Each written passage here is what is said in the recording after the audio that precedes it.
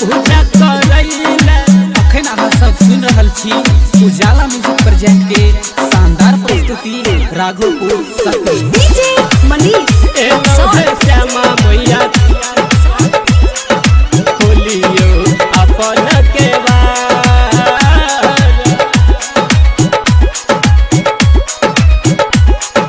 प्रेम से कहियो श्यामा मैया की पूजा करैले हेलो हे श्यामा मैया खोलियो अपन के पूजा करैले हेलो हे श्यामा मैया खोलियो अपन के भोरे उठ हम दौड़ल मैया अहाँ के दुआर भोरे उठ हम दौड़ल मैया अहाँ के दुआर पूजा करैले एलौ हे श्यामा मैया खोलियो अपन के पूजा करैले एलौ हे श्यामा मैया खोलियो अपन के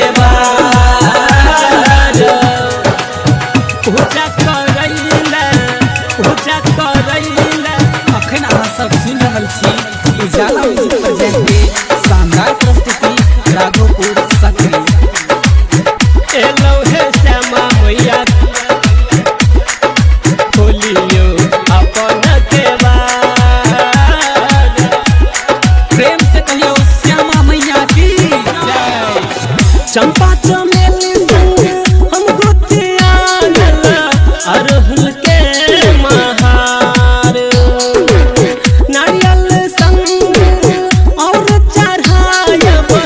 चुनरी गोटेदार चंपा चमेली संग हम गुथियानल अरहुल के महार नारियल संग और चढ़ायब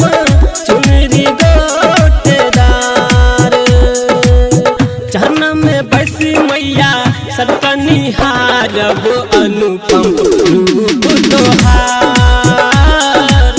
पूजा करैले हेलो हे श्यामा मैया खोलियो अपन के डीजे मनीष रक्सौल पूजा करैले खोलियो अपन के प्रेम से कहियो श्यामा मैया की महिमा अहाँ के दुनिया जानैए कर छी भव सपार दरभंगा श्यामा साहबी भक्त भीड़ अपार महिमा अहाँ के दुनिया जानैए कर छी भव सपार दरभंगा श्यामा साहबी भक्त भीड़ अपार अंकित के संग दिल पे काली मैया करैया अहाँ के पुकार पूजा करैले एलौ हे श्यामा मैया खोलियो अपन के भोरे उठ हम दौड़ल मैया अहाँ के दुआर भोरे उठ हम दौड़ल मैया अहाँ के दुआर पूजा करैले एलौ हे श्यामा मैया खोलियो अपन के